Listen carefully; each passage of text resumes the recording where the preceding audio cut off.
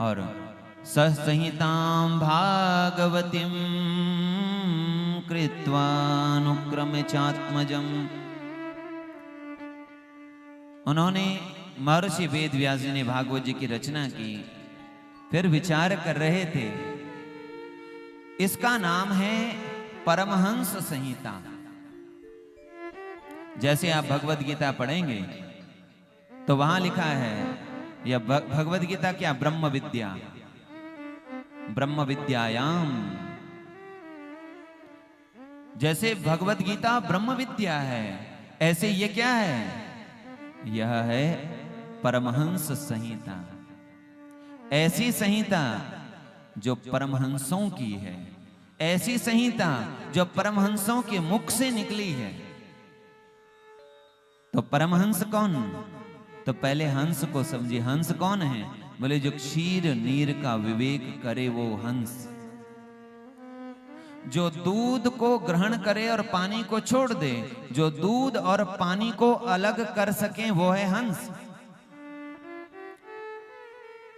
दो है, एक है जड़ चेतन। जड़ चेतन ही ग्रंथि परी गई, यद्यपि मृषा छूटत कठिनाई।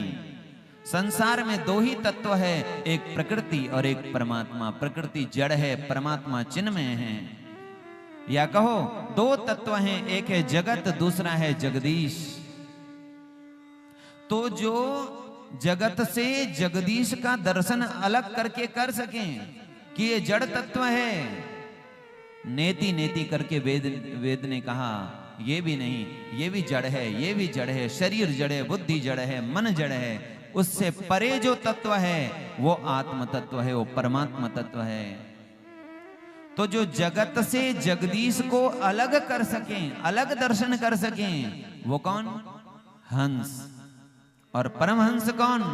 जिसकी दृष्टि में जगदीश को छोड़कर जगत की पृथक सत्ता है ही नहीं, जिनकी दृष्टि में केवल परमात्मा ही है, परमात्मा को छोड़कर और कुछ तनिक भर भी नहीं है।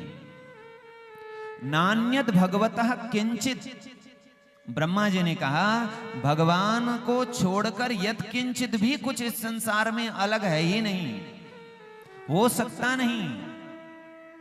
क्योंकि जो भी कुछ बना हुआ है वो भगवान ही तो बनी है। प्रकृति है तो भगवान की है, जगत है तो भगवान का है। ऐसी दृष्टि जिनको मिली है वो है परमहंस। और परमहंस की संहिता है किसी परमहंस को दी जाए। हमारे गुरुजन भी जब देखते हैं कि हमने इतना मेहनत करके आश्रम बनाया है, भगवान की कृपा से आश्रम बना है, तो कोई योग्य उत्तराधिकारी हो जो उस आश्रम का संरक्षण और संवर्धन कर सके। जैसे आज महाराज जी ने आश्रम का संरक्षण भी किया है, संवर्धन भी किया है। नहीं तो ऋषिकेश जैसी इस दिव्य भूमि, ऐसी आज के समय इसकी कितनी कीमत है। चारों ओर से लोगों की नजर लगी हुई है। तो गुरु भी चाहते हैं कोई योग्य शिष्य मिले जो हमारी संपत्ति, चाहे वो आध्यात्मिक हो चाहे भौतिक हो, उस संपत्ति का संरक्षण करें और उसका वर्धन करें। माता पिता भी चाहते हैं कि जो संपत्ति हमने इतनी मेहनत से कमाई है वो संपत्ति हम ऐसे बच्चे को दें जो उनका संरक्षण करें और संवर्धन करें। तो ऐसे ही महर्षि वेद व्यास जी भी विचार कर रहे हैं, यह भागवत जी उन्हें दी जाए जो परमहंस हों और जो भागवत का संरक्षण भी करे और संवर्धन भी करे।